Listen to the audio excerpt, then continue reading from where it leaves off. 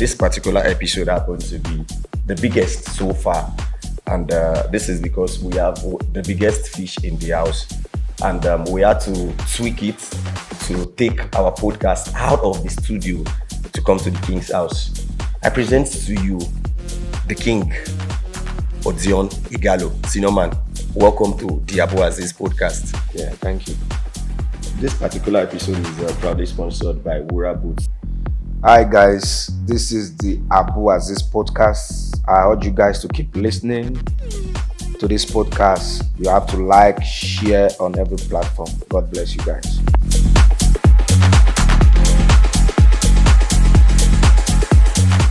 Hi guys, my name is Azeez and this is the Azeez podcast. And like you know, this happens to be a platform where we talk about Nigerian football. Everything that is that has to do with Nigerian football. We bring in footballers, we bring in coaches, managers, agents, referees to talk about their stories, to talk about their career. And this particular episode happens to be the biggest so far. And this is because we have the biggest fish in the house. And we had to tweak it to take our podcast out of the studio to come to the King's house.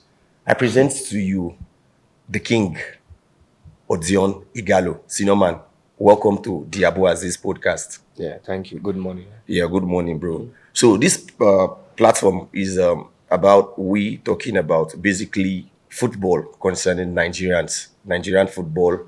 So we would just like to ask you some questions. Just help us shed more light. And we will start this way. Yesterday, Nigeria played against Rwanda. You as a player, we don't did that position before. How you feel about that victory? Yeah, I was very happy. I was busy yesterday, but still following the result and all that. I think I watched a little bit of the game when Osimhen scored the second goal. So I'm really happy because most of the young boys, they're doing well. They deserve to go to the World Cup. So with that kind of talented player in that team, I think they deserve it. That's why I was happy yesterday. I know it's very tough. It's going to be a difficult road to qualify for the World Cup because of the way they started the qualifiers, lost some games and drew some. But, you know, football, everything is possible. They can still qualify, but it's going to be very tough and it's very slim. But I hope they qualify because I want to go to the United States of America to watch the World Cup, next year. So hopefully. Yeah, talking about it being still possible for us to qualify. We have seen Nigeria, or when you were playing, we have seen Nigeria being in that position before. You as a senior player in that team when you were playing, what are the roles the senior players play in situations like this? Yeah, it's just to make the boys focus. Don't get distracted. Just put the mindset in their head and let them believe that they can win every game, you understand? Because there is some young players there, if they see the other ones don't have that full confidence, it's going to tell on the team, you understand? Even though you know that, this game is going to be tough, you can't win it, but you have to make the younger ones believe that it's possible because it's football, Just make them believe that it is possible, give them the confidence, even in the game, before the game, in training, and tell them we are winning, and everything is possible in football. For a player that has seen it all, played it all, if you won't give someone like Victor Boniface, everybody know in talent, everybody know how good he is, but for Super Eagles, the thing never click. If you dey in the position to advise him, or you dey in shoes right now, what would you advise him? Or if you are in his shoes, what would you be doing? You just have to be patient and keep working hard and don't get distracted by what people are saying outside. The Super Eagles jersey is very heavy. When I say very heavy, it's very tough, you understand, because it's different playing for your club side and it's different playing for the national team, you understand? So people don't see it that way. It's different environment there. It's different atmosphere there. But when you come to the Super Eagles, it's different atmosphere and terrain totally. So I just want him to. My advice for him is to keep working and believe in himself. Don't let whatever talks that goes around get into him. You understand? I know he's a guy that don't care, but in the Super Eagles, people will always talk. Even though as Osimhen is now scoring goals, if he miss one now, people start Talking. talking. This is how it is because Nigerians are passionate about football, so they're always going to talk. So for him, I just believe he's a talented player. The goals will come. When and how, I don't know, but he has to be patient and don't be in a haste, don't be in a hurry when he have the chance to play. Be calm and do what he used to do in his club. The goals will come. You're talking about Victor Osimhen. At the end of the season, Victor Osimhen would make one big decision. And this decision is whether he is going to remain with Galatasaray or whichever club. At the moment, so many clubs out there, they need a standard number 9, and we all know Victor Osimhen's quality. If you're in a position to advise Osimhen, you go tell him remain with Galatasaray or which club you feel say go dey good for him. Yeah, I believe he has done so well so far for his age and he's still doing well. This is the time for him to make the best decision. I believe he should go to the Premier League, but he's young, he have his agent, he have his advisor. I believe they can advise him what to do. If I should advise, I think Premier League would be because that is the big stage, that is the biggest league in the world. That is where I believe he's gonna make even more bigger names that he's gonna use all over after his football career. So for me, I'll just advise him to go to the Premier League. But he knows best. Everybody can say whatever want to say. The player that is playing, that is doing the job, know what is in his heart and his head to do. So whatever decision he make, I'm 101% supportive of it. Okay, senior man. At a certain stage, you actually resigned from the Super Eagles team. Can you please help us shed more light into why you decided to resign? Yeah, I think after the 2019 African Cup of Nations, I got injured in the last game, the third place game. We won 1-0, which I scored. And I was not happy because my club was not happy with me. I was in Shanghai then in China. Before I came to the tournament, I was nursing injury. Then I got healed and I traveled to the African Cup of Nations and I played almost 95% of the games and got injured and got back again. And I was not young anymore, so traveling all the way from China to be coming to play the national team, I just said maybe it's time for me to just step back. And then Osimhen is just growing and doing well and all that. So that's it. There was also a time that we had the national team coach and the former NFF chairman, Ajegunle. They actually talked to you to come back to the team. Waiting, then really talk, we enter your mind, we make you decide, stay okay. May you give them one more chance. Yeah, they say the team still need experienced player. They still need someone that can guide the young ones, someone that can some of the boys can able to listen to and all. So I was reluctant for almost 2 years, before I decided to go back. So, but for me, for them for us to qualify for the World Cup then and all that, then they said after the World Cup you can leave. But unfortunately, we didn't qualify. The one we played 1-1 against Ghana in Abuja or something, and we drew 0-0 there, so we didn't qualify. Then I just said it's time for me to To just just bow quit. out. Yeah. But that you're going back, do you regret it or you I had didn't fun? regret it. It's a thing of joy to play for your national team. It's a thing of joy to play for Nigeria. I never regret any decision I make, whether be it mistakes or making it big or making it real. The good ones, people happy about it. The bad ones, you learn from it. So I don't regret So anything. what is your relationship with Nigerian sports journalists? I have good relationship with them. The ones I talk to, I grant them interview. The ones I believe that That's not okay for my image. I don't, but I don't have no problem with anyone. When I was in the national team, everyone talks to me freely. Everyone does interview with me freely. I know that that's how free I am. So For your kind of person, whenever you have a bad game, how do you react going on social media and seeing negative comments about you? when I was young, I used to feel bad. I used to feel sad and all that. But there's a certain stage you're gonna be in your life. You feel that it's just a football game. Sometimes you win, sometimes you lose, sometimes you draw. The world is not going to end. The next game is always the most important game. So you have to think about the next game. Seeing comments, people will talk. If you want to be successful in life and you don't want people to talk about you, then it's a problem.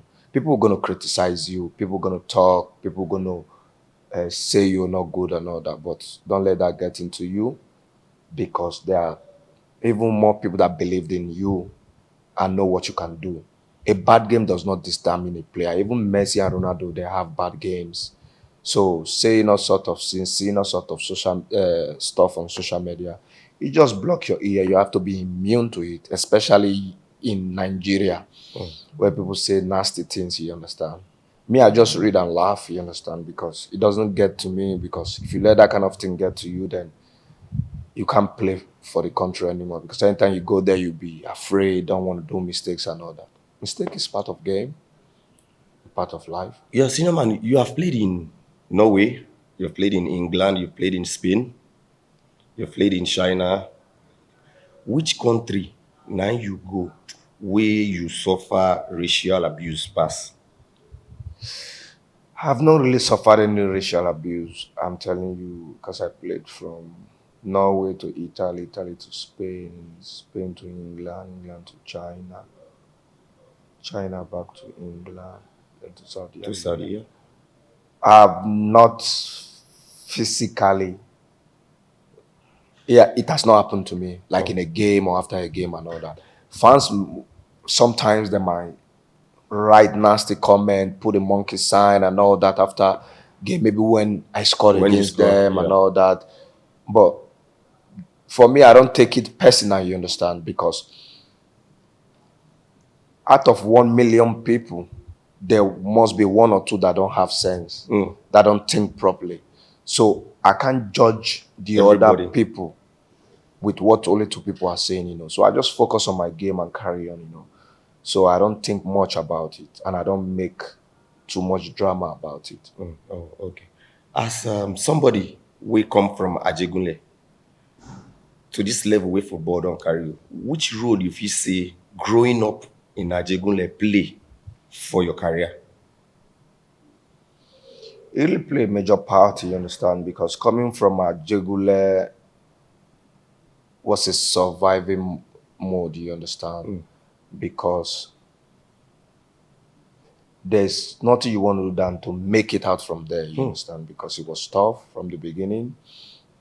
And when you travel and leave that place, you want to make it by all means because you don't want to go back Go to back. that place. So it played a major role and made me stay grounded, remembering where I was coming from, and make me stay focused and said, "Oh, you want to make it, you don't want to go back to that place anymore." Yeah. Oh, come on. Sweet man. Now be say you become complete Ajegunle to the world with that. You still dey go back to Ajegunle. I go there every year. And Like I how do. I long you dey do. play? How long you play Ajegunle Nations Cup, that mock Nations Cup before you move? I play almost every year now. I was even in Ajegunle the last time I came in December. I went to train there in December, in June. Every time the off season, I always go there, and every December there's a like street carnival, street jam I organize. I always pay for. I've been doing that for more than 18 years now, so I always sponsor it and all that. So every December when I'm around, they do it. I go Talking there and about all that. this street carnival, I feel like say 7/10 of people will grow from Ajegunle. Them kind of music supposed to be konto, galala, swore, all this kind of thing. But I don't find out say you be this kind of person. You are more into gospel music.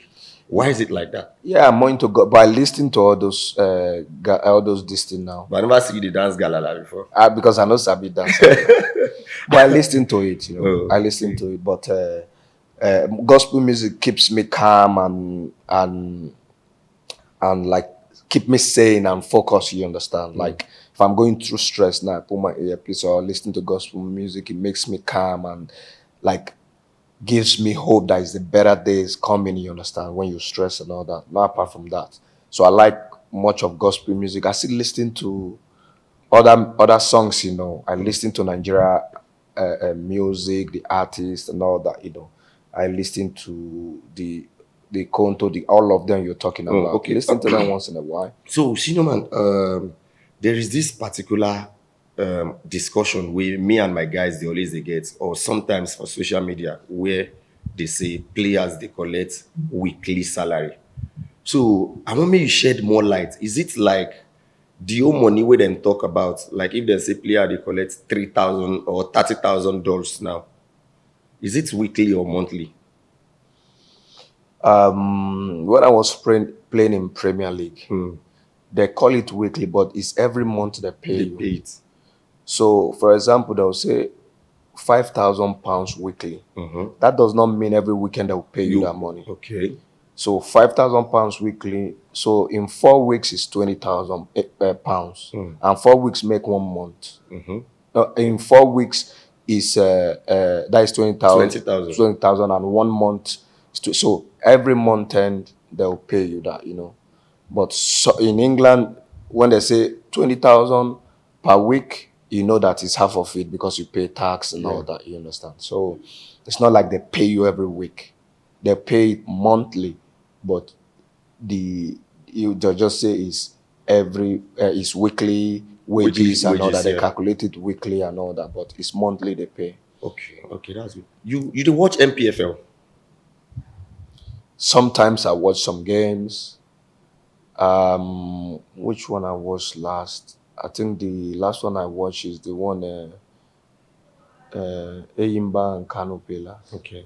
I think Ahmed Musa and Brownie Day. Yeah. Yeah. How do you feel seeing Ahmed Musa Brownie Day playing in the NPFL?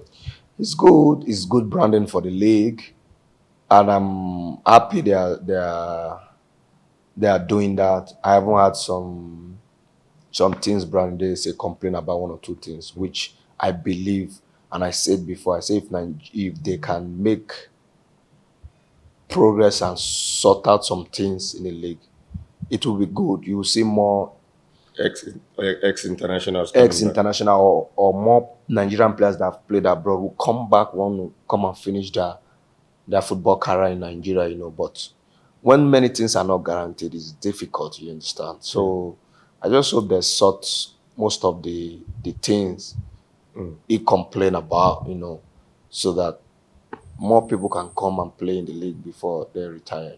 Okay. So which state you from?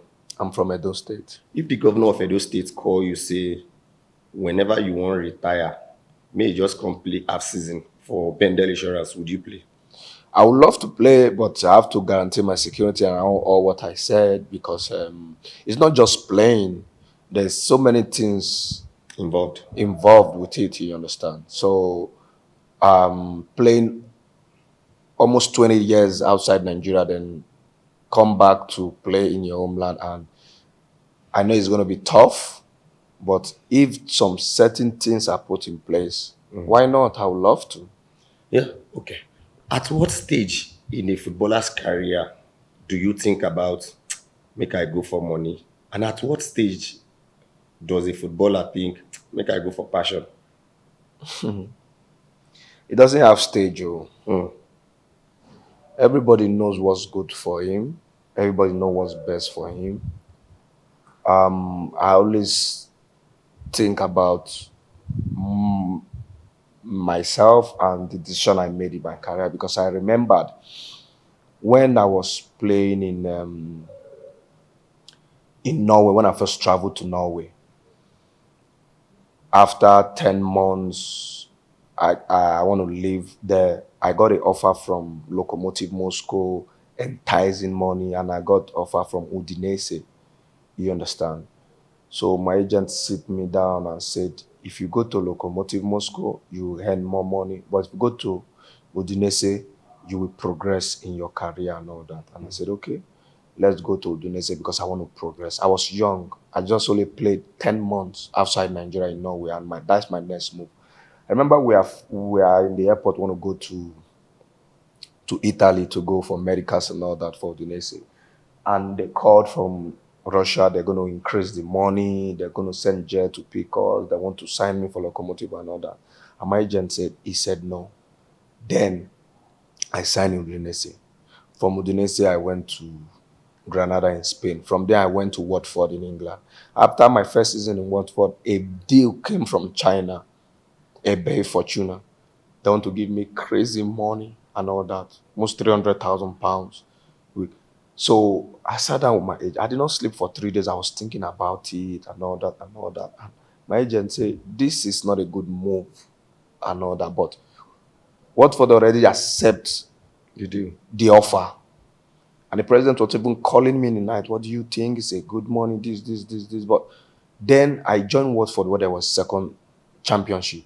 I gained promotion, scoring 20 goals or 21 goals. We gained promotion. With Troy Deeney. Troy Deeney. My dream was to play in Premier League. That's my passion. When I was in Ajegunle, I pay in View Center to watch Premier League, watch Manchester United and all that, Then now when I gain promotion to Premier League, and they came with, the people flowed away from China with bags of money and all that. I was thinking about it. Money that would change my life. But I slept and I woke up and I turned it down. I remember my teammate then, Alan Niam, say, you're a fool and all that. Every morning when you come in, I should slap your face. You turn this kind of money down and all that. Because my dream was to play in Premier League. Premier League. So that was my passion then. Then I stayed and I played in Premier League. And I scored 16 goals in the Premier League. I did so well in the Premier League that... Wait, the torment defenders there. That offer came again in China. And that offer was bigger than what they were offering you before. What they were offering me. If I did not stay in Premier League, if I did not stay, then I would have lost the opportunity to play in Premier League, to fulfill my dream. And doing well in Premier League now opened doors. Bigger doors. Because more teams and all that, you understand. Then I get a bigger deal to China, which I play in China for 3 years and all that. So there's every stage in life. But if some footballer in the beginning, they would have gone to Lokomotiv Moscow and get the money. So, we Africans, we know where we come up from. Here in Africa, when you have money, it's not your money, it's our money. Yes, sir.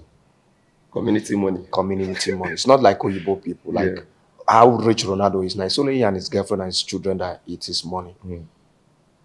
Can decide not to give any family or help anybody. Nobody will say nobody's entitled. But here in Africa, people are entitled. As a day like this now, my elder brothers, they get mouth past me. Now then they use this thing because I be junior to them, you understand? Sure. So in Africa, when you have money, it's not your money, it's our money. You have to take care of your family, you have to take care of your siblings, you have to have area, friends, everybody, you understand? So that's why you see when young Africans go outside, they go for the money. Because it's not easy. Because they will think, if I turn this money down now, which money I want to take feed family? Am I going to have this deal again? Am I going to have this opportunity to make this money and all that? When before they go, their mama and their family, don't they call them, hey, anything you see me, you take them and all that. You understand the pressure.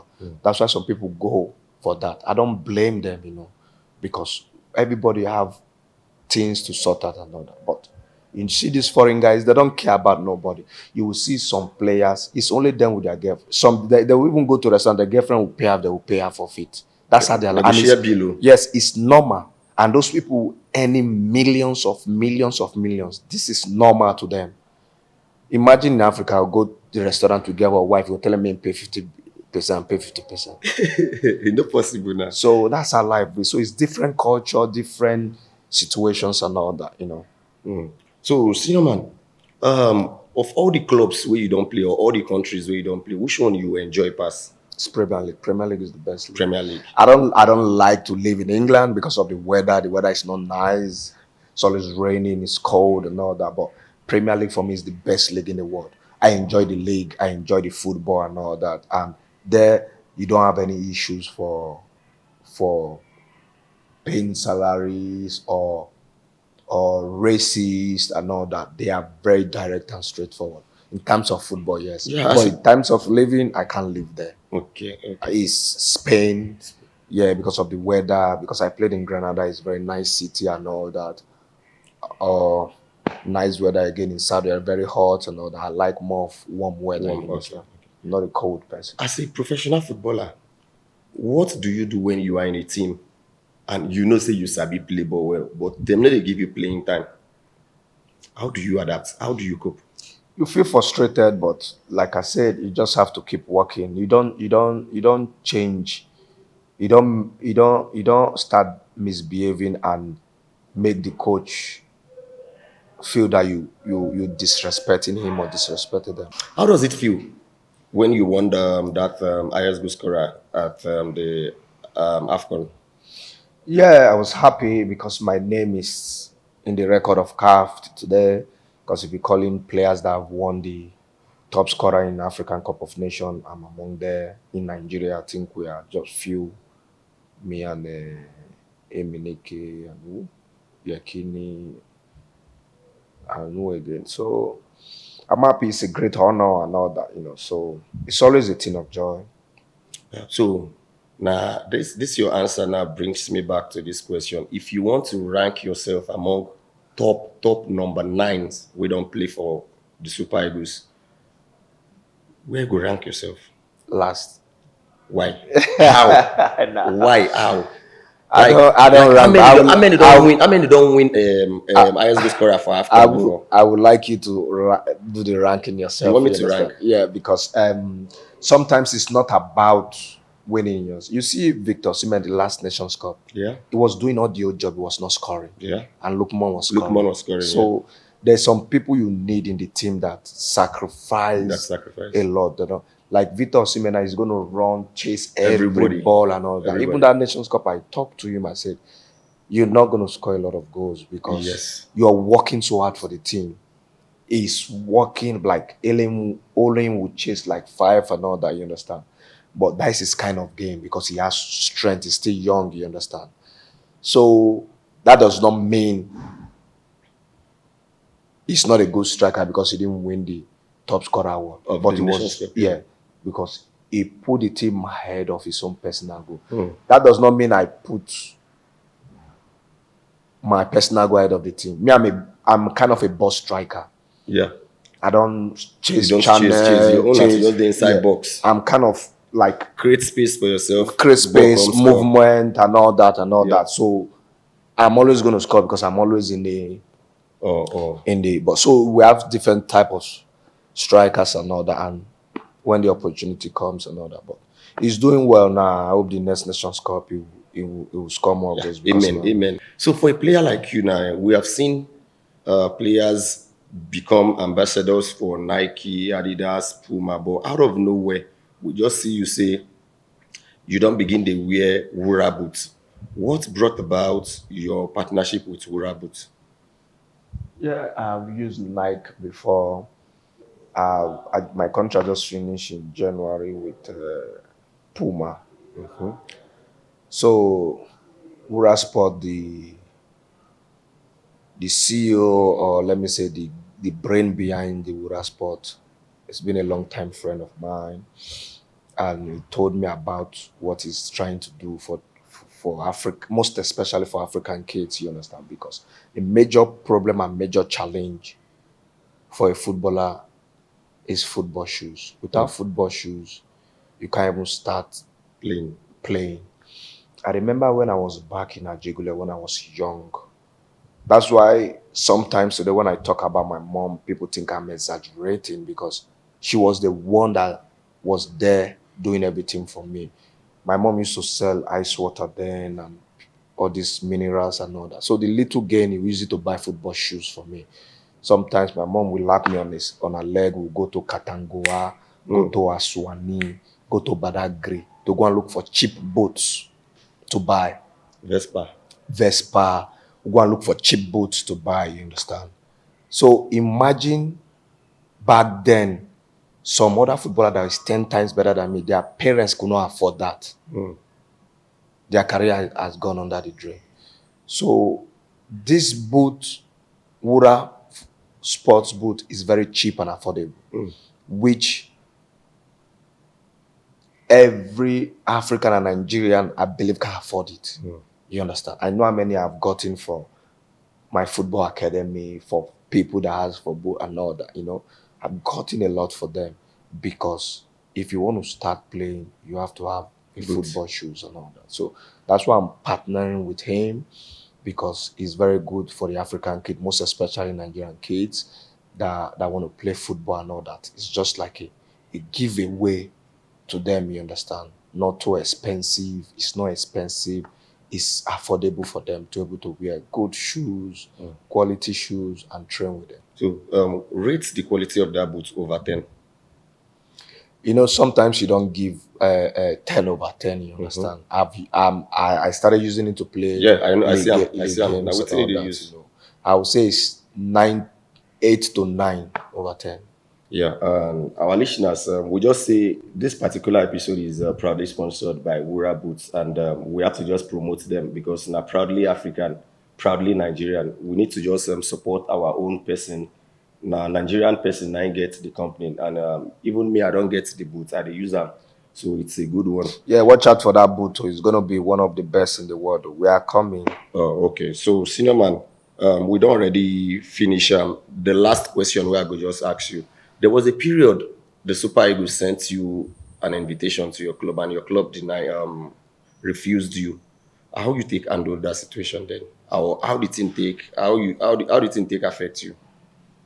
I was not happy. I think it's the African Cup of Nations in Egypt. I just joined the team there in Saudi Arabia. And, before I joined that team, I told them I'll be going to the African Cup and all that. So then when I joined them, I started scoring goals, doing well and all that. They don't want to lose me, because if I go to African Cup of Nations, it's going to be problem, because we are second on the table. We have close. And so the president said he won't release me, you understand? So we had issues. I didn't go for training for 3 days. I was at home. I was very angry. I was very sad, because he's going against what we agreed on and all that. But at the end, I let it go, because I have to focus more on my club, because I have Yeah. contractual More important. obligation. Yeah, so I just let it go, and I was not happy, but it is what it is. Yeah, so Cinnamon, we've come to the end of the Azeez podcast, and this happens to be something I would cherish for long. I really appreciate and we just want me to just help us round up and tell our listeners to always like, subscribe, and follow us on our social media platforms. That's all. Hi guys, this is the Azeez podcast. I urge you guys to keep listening to this podcast. You have to like, share on every platform. God bless you guys. Thank you so much, Cinnamon. Okay.